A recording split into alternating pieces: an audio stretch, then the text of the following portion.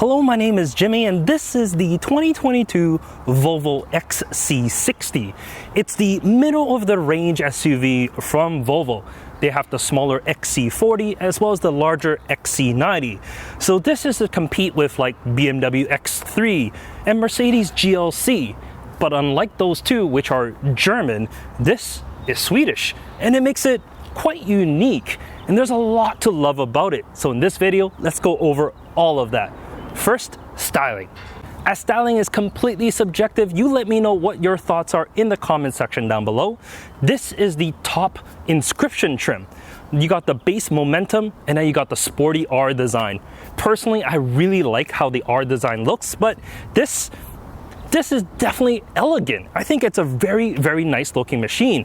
Love the Thor headlamps in the front, the Volvo grille. And then off to the side here, I got 20-inch wheels. As this Volvo actually has the air suspension, it's been lowered all the way as you park it. So it looks quite sleek.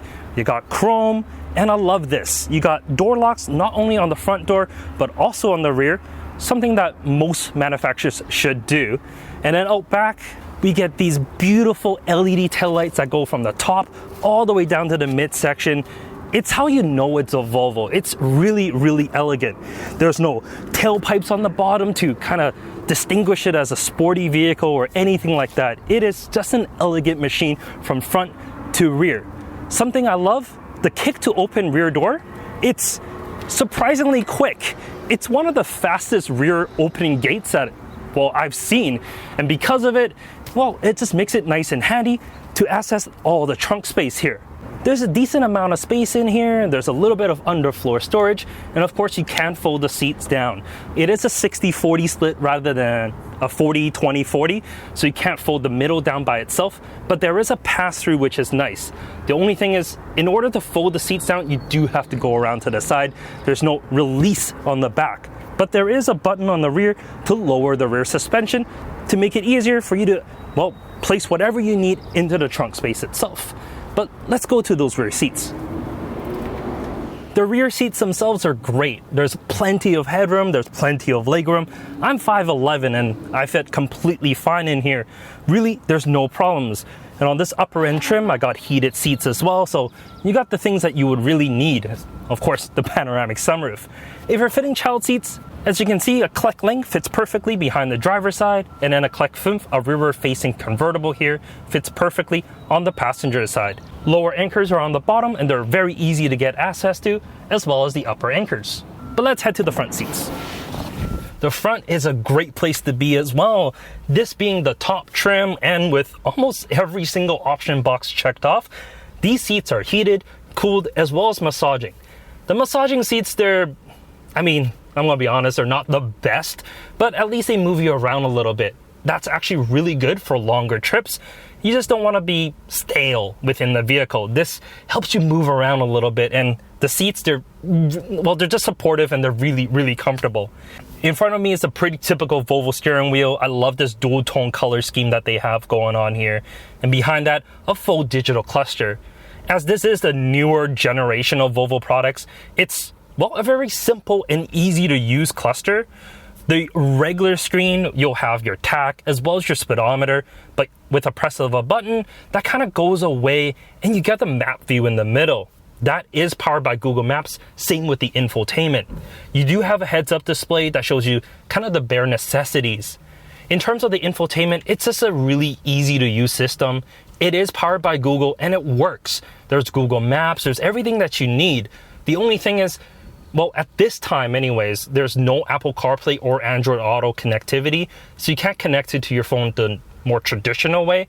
There's still the Bluetooth option, of course, you can have your phone calls and whatnot, but that's about it. You don't have much more than that. But it's a lot snappier and it just works. The whole system, it's very, very intuitive. And what's nice about it is, comparing to older Volvos, which had a little bit of laggy startup time, this is basically always on. When you jump into the car, the system's ready for you. You don't have to wait. And that's one of the best things about it. As far as the rest of the interior is concerned, you got great materials in here. The leather is soft, everything, it's a soft touch, and it's a really upscale experience. Right down to the shift knob. This crystal shift knob, it's It's just really nice. But let's go for a drive and see what this XC60 is all about.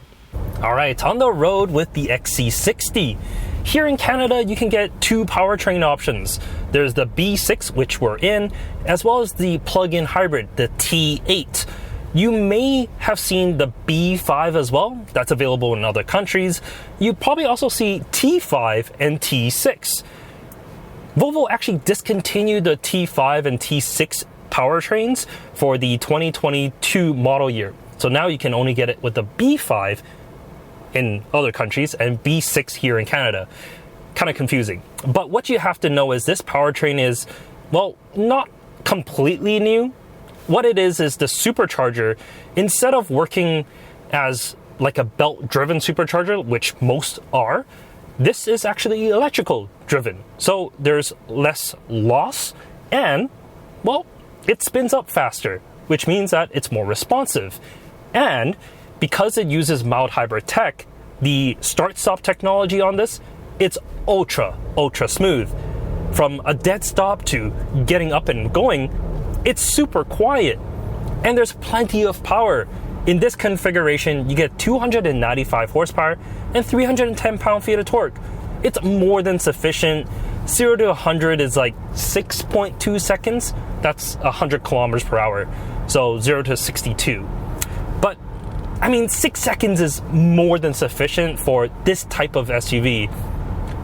Volvo doesn't say it's like a sporty vehicle by any means.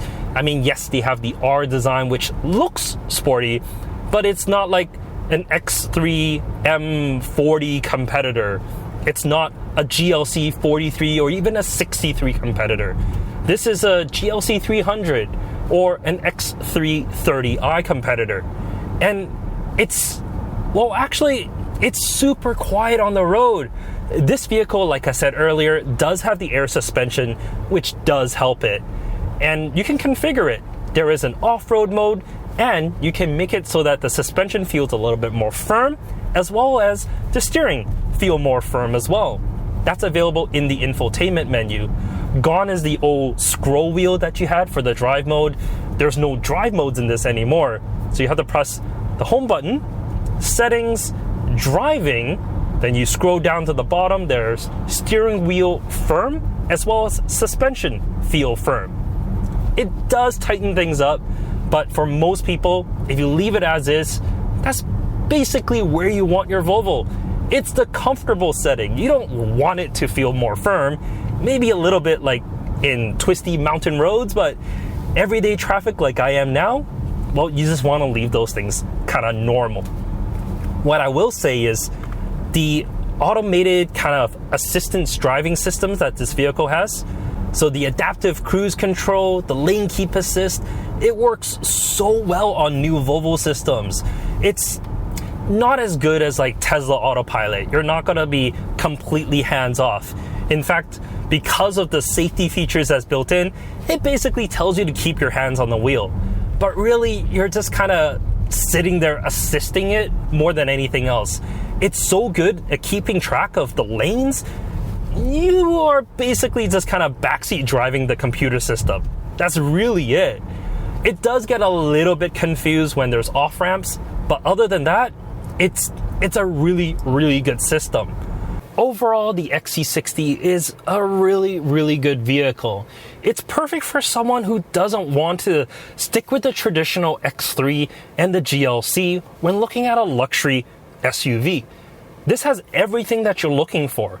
It has soft seats, quiet interior, a very smooth powertrain. I mean, everything is there.